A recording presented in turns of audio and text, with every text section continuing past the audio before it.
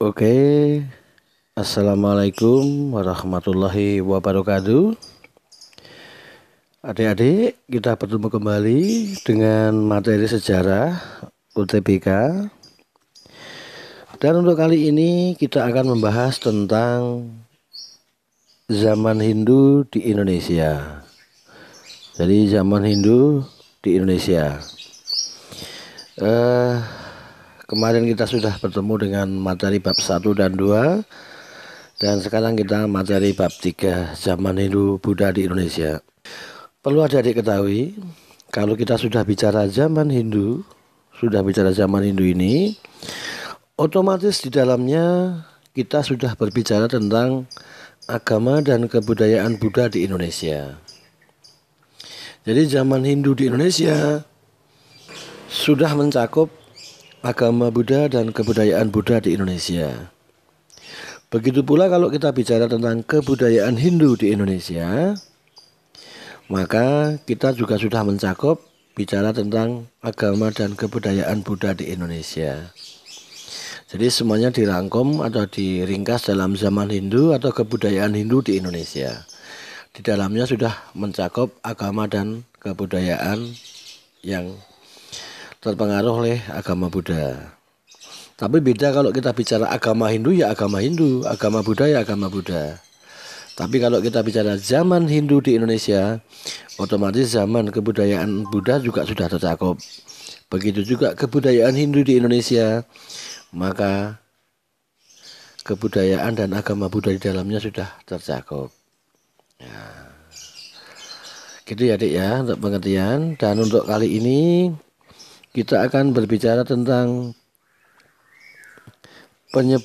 proses penyebaran agama dan kebudayaan Hindu di Indonesia. Kemudian juga penyebaran agama Buddha di Indonesia. Nah, ini nanti kita akan pelajari, kita kupas tuntas. Nanti akan kita tambahkan juga tentang apa? Beberapa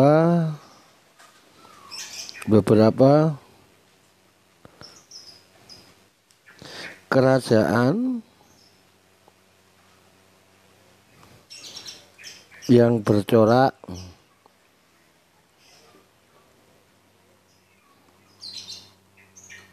Hindu Buddha di Indonesia.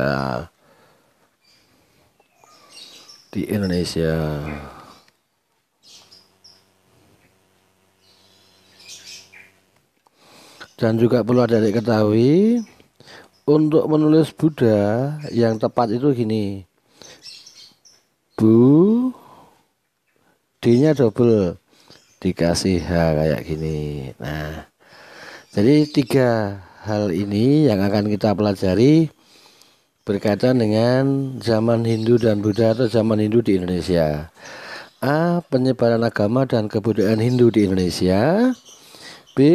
Penyebaran agama Buddha di Indonesia. Dan C. Beberapa kerajaan yang bercorak Hindu Buddha di Indonesia. Ini ya yang akan kita pelajari. Oke, adik-adik mohon menyimak. Nanti di belakang seperti biasa ada latihan soal-soal UTBK yang berkaitan dengan bab yang kita pelajari ini. Oke, adik-adik, sekarang kita mulai belajar tentang bagian A, penyebaran agama dan kebudayaan Hindu di Indonesia.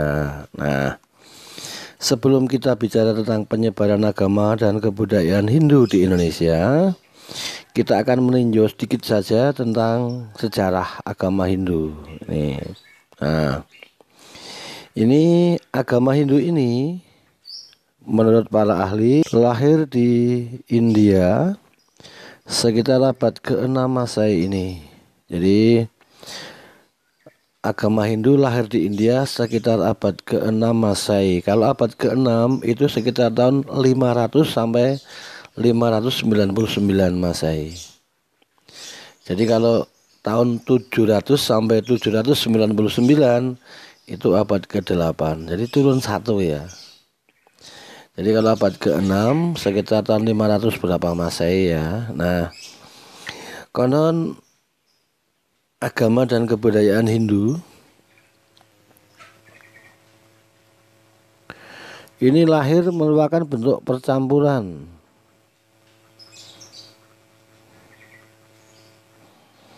antara kebudayaan bangsa Arya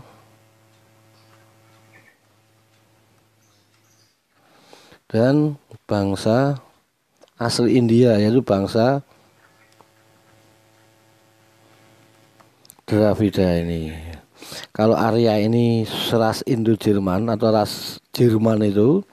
Kalau bangsa Dravida ini bangsa asli India, di mana Mohenjo-daro dan Harappa, peradaban India kuno, didukung oleh bangsa Dravida ini. Ini orang-orang India yang orangnya hitam-hitam keriting itu. Kalau ini yang kulit putih, bangsa Arya ini. Nah, mereka bercampur kemudian melahirkan ini, agama Hindu ini. Nah, konon bangsa Arya ini bermigrasi ke Indonesia kurang lebih 1500 tahun sebelum Masehi. Ini bermigrasi ke India. Kemudian mereka bercampur dengan orang-orang Dravida ini, lahirlah agama Hindu. Bangsa Arya dari Asia Tengah masuk dari Asia Tengah masuk ke India melalui celah yang disebut dengan Khyber Pass. Nama lainnya adalah celah Khyber. Nah, mereka kemudian masuk ke Sungai Gangga, kemudian masuk ke Sungai Indus, bercampur dengan orang Dravida, lahirlah agama Hindu ini. Sedangkan kitab suci agama Hindu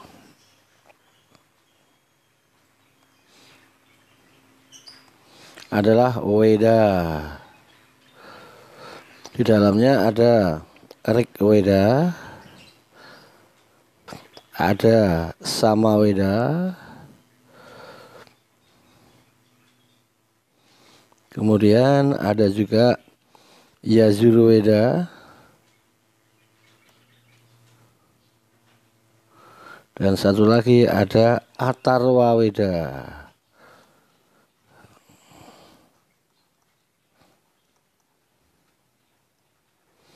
Atharva Weda ini. Di samping kitab Weda, kitab suci agama Hindu juga ada yang namanya kitab ini, kitab Upanishad ini. Nah, ini tentang kitab suci agama Hindu. Oke, gitu ya.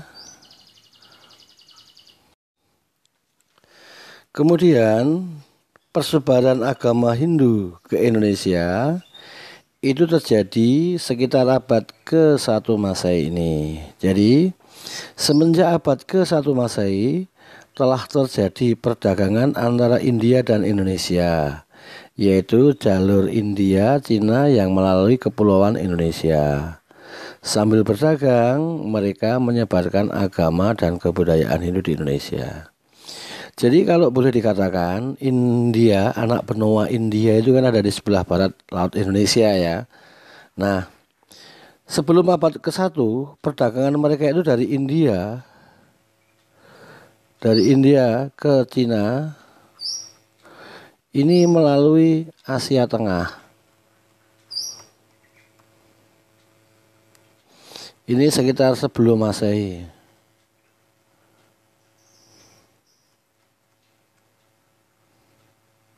Nah, dari India ke Cina melalui Asia Tengah ini. Nah, kita kemudian mengenal yang namanya jalur sutra.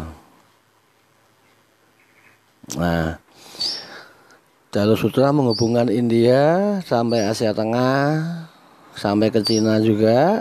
Bahkan dari Cina bisa Asia Tengah, bisa ke Eropa juga.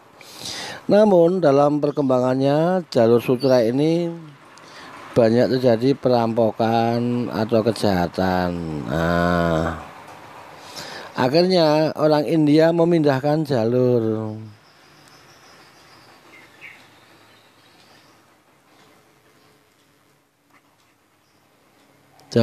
Nah, dari India ke Cina ini apa? Via kepulauan Indonesia.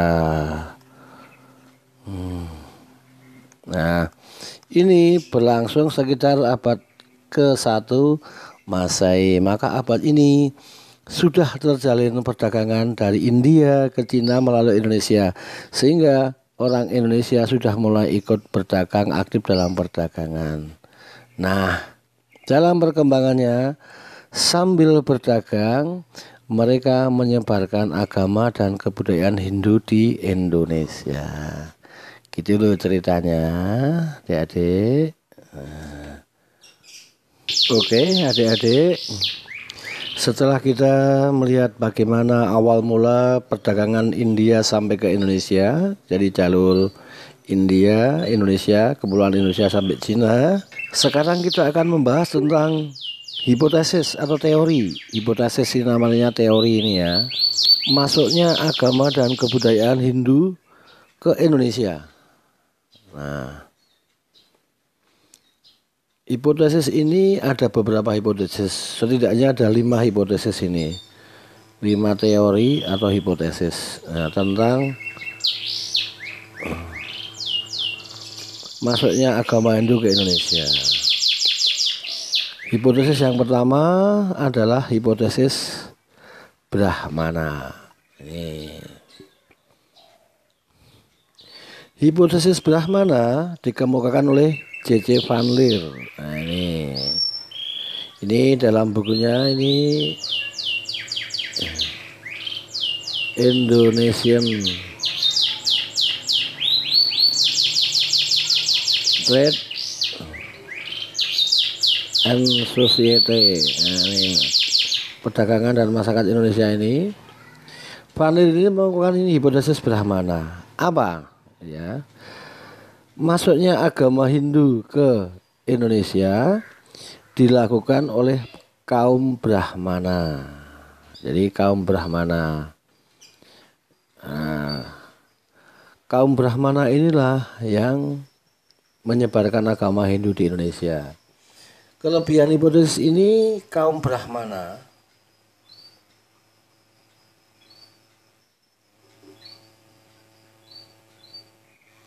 ini menguasai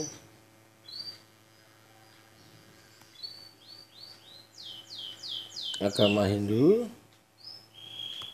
Nah, ini menguasai agama Hindu sehingga mereka sangat kuat dalam kitab suci, maka dia bisa menyebarkan agama Hindu di Indonesia. Namun teori ini pun juga mempunyai kelemahan. Kelemahannya apa? Kelemahannya dalam tradisi Hindu di India ada pantangan kaum Brahmana ini menyeberangi lautan. Jadi kalau kaum Brahmana itu pantang menyeberangi lautan, jadi kemungkinan mereka tidak sampai ke Kepulauan Indonesia. Ini kelemahan teori dari hipotesis atau teori Brahmana ini. Nah, namun para ahli banyak yang berpendapat bahwa teori Brahmana ini yang kemungkinan paling benar. Karena apa? Karena kaum Brahmana inilah yang paling menguasai agama Hindu. Itu teori Brahmana. Kemudian di samping menguasai agama Hindu, kaum Brahmana ini yang punya hak menghindukan seseorang.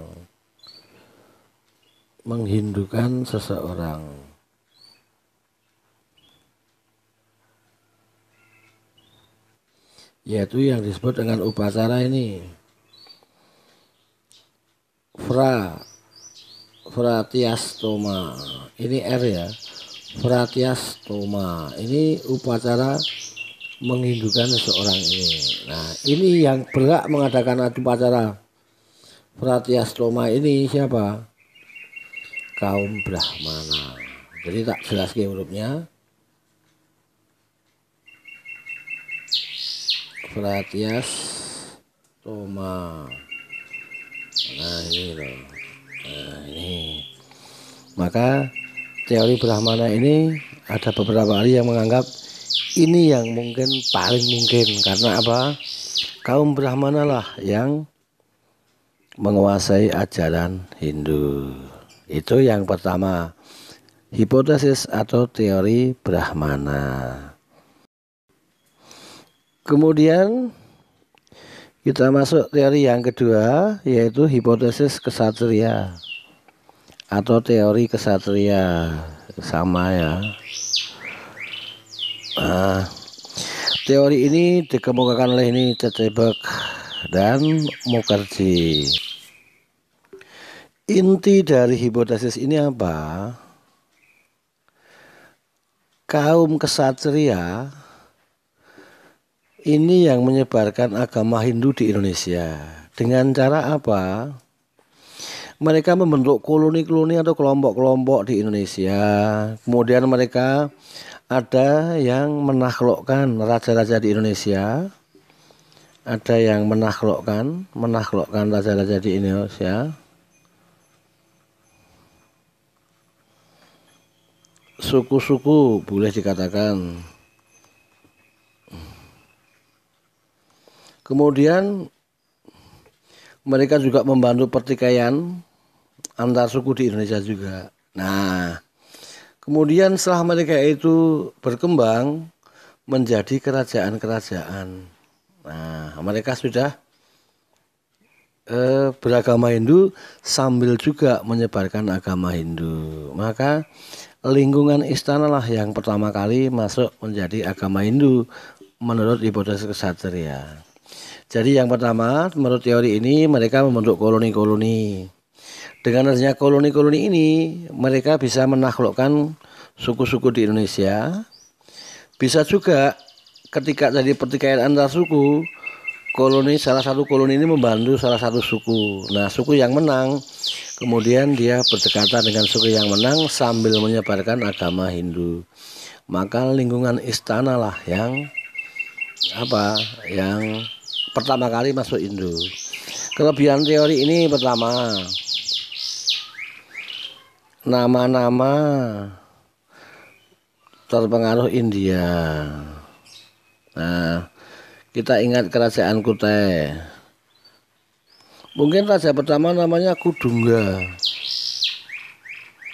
Nah, tapi anak kedua namanya Aswawarman. Nah, kata Warman ini pengaruh India. Kalau Kudungga nama asli Indonesia. Anak lagi Mulawarman juga pengaruh India. Kemudian jabatan istana. Dulu Kudungga atau yang lain kemungkinan adalah seorang kepala suku. Nah, ke suku-suku ada kepala suku ini, kepala suku. Tetapi setelah terpengaruh agama Hindu di istana itu, maka ada sebutan raja. Kemudian ada Mahapatih, Adipati dan seterusnya. Ini adalah pengaruh India ini. Nah, tetapi teori ini pun ada juga kelemahan. Kelemahannya apa? Tidak ditemukan bukti historis atas penaklukan pasukan India di Indonesia. Jadi pada awal abad Masehi, kelemahannya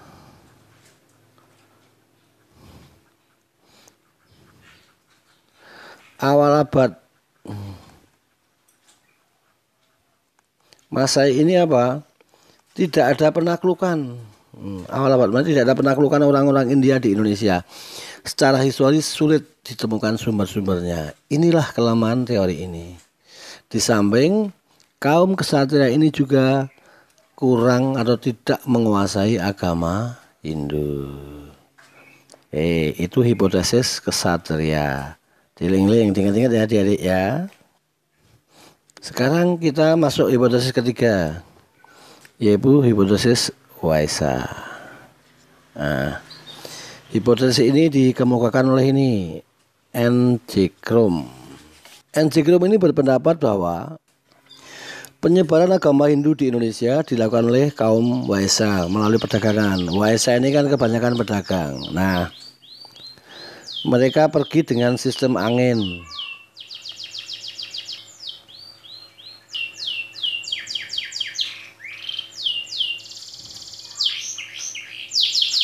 Dengan sistem angin.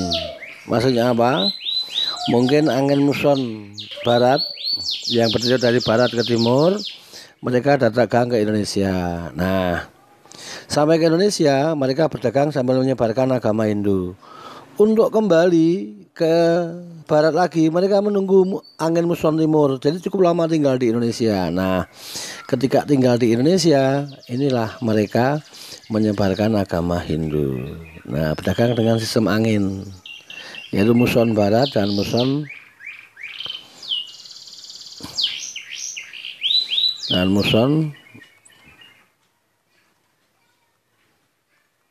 timur.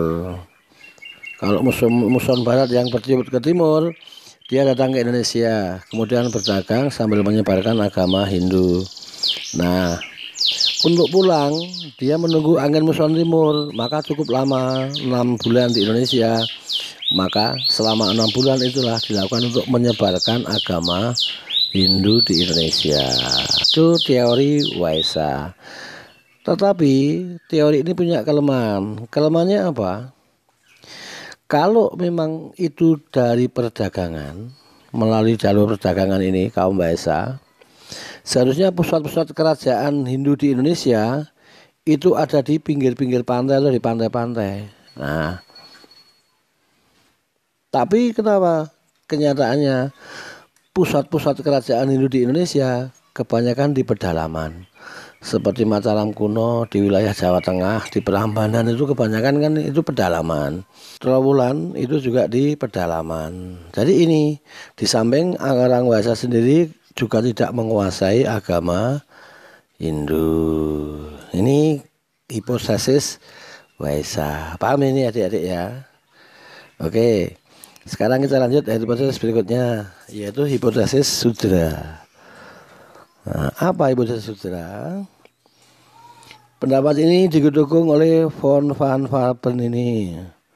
Ini bukan Faben, tapi von van ini apa? Faber. Nah, von van Faber. Teori ini berpendapat kaum Sudra inilah yang hidupnya menderita, pergi ke Indonesia untuk memperbaiki nasibnya dan sambil menyebarkan agama Hindu di Indonesia. Jadi Sudra ini kan kebanyakan orang-orang orang melarat, bahkan ada budaknya juga. Mereka ingin memperbaiki nasib hidupnya, kemudian pergi ke Indonesia, mungkin berusaha berdagang dan sebagainya. Nah, sambil berusaha atau berdagang dan lain sebagainya, mereka juga menyebarkan agama Hindu. Kelemahannya jelas orang Sudra ini tidak menguasai ajaran Weda dan bahasa Sangskreta. Ini yang paling menguasai adalah tetap kaum Brahmana. Ini ya. Ini hipotesis Sudra. Hipotesis berikutnya adalah hipotesis atau teori arus balik. Apa teori arus balik? Pendapat ini dikemukakan oleh FDK Bos. Nah, menurut teori ini, kaum intelektual terdidik India menyebarkan agama Hindu di Indonesia. Jadi orang India yang terdidik, guru bisa Brahmana dan lain sebagainya datang ke Indonesia. Mereka menyebarkan agama Hindu, kemudian di Indonesia terbentuk koloni-koloni Hindu di Indonesia. Koloni-koloni Hindu di Indonesia itu juga punya orang-orang yang sudah terdidik agama Hindu. Nah, dalam perkembangannya, orang-orang yang sudah beragama Hindu atau terpengaruh itu datang sendiri, pergi ke India,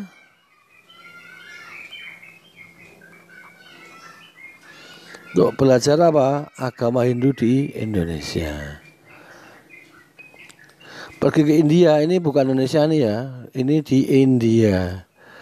Jadi mereka setelah tahu agama Hindu di Indonesia melalui para penyebar kaum di India, kemudian ada koloni-koloni ini. Nah, di koloni-koloni itu kemudian ada yang dikirim atau pergi ke India sendiri untuk belajar agama Hindu, kemudian pulang ke Indonesia menyebarkan agama Hindu. Maka teori ini disebut teori arus balik yang dikuat oleh FDK Bos. Oke, itu ya beberapa hipotesis atau teori tentang masuknya agama Hindu ke Indonesia. Mana yang benar? Semuanya benar selama itu didukung oleh fakta-fakta. Nah, namun dari berbagai pendapat, kemungkinan yang benar paling besar adalah hipotesis Brahmana. Karena apa? Kaum Brahmana lah yang paling menguasai agama Hindu. Oke, itu adik-adik. Kemudian persebaran agama Hindu ke Indonesia itu terjadi sekitar abad ke-1 Masehi ini. Jadi semenjak abad ke-1 Masehi telah terjadi perdagangan antara India dan Indonesia, yaitu jalur India Cina yang melalui kepulauan Indonesia. Sambil berdagang, mereka menyebarkan agama dan kebudayaan Hindu di Indonesia. Jadi kalau boleh dikatakan, India, anak benua India itu kan ada di sebelah barat laut Indonesia ya. Nah, sebelum abad ke-1, perdagangan mereka itu dari India ke Cina, ini melalui Asia Tengah. Ini sekitar sebelum Masehi.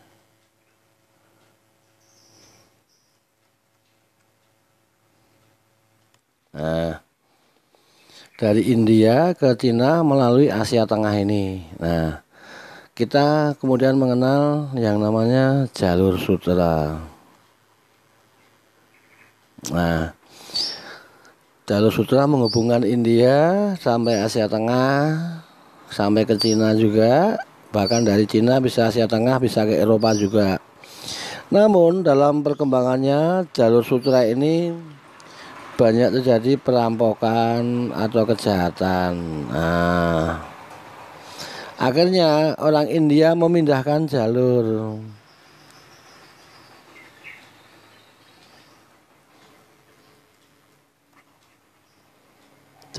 Nah, dari India ke Cina ini apa?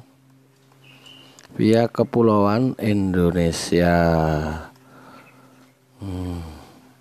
Nah, ini berlangsung sekitar abad ke-1 Masehi. Maka abad ini sudah terjalin perdagangan dari India ke Cina melalui Indonesia, sehingga orang Indonesia sudah mulai ikut berdagang, aktif dalam perdagangan. Nah, dalam perkembangannya sambil berdagang mereka menyebarkan agama dan kebudayaan Hindu di Indonesia.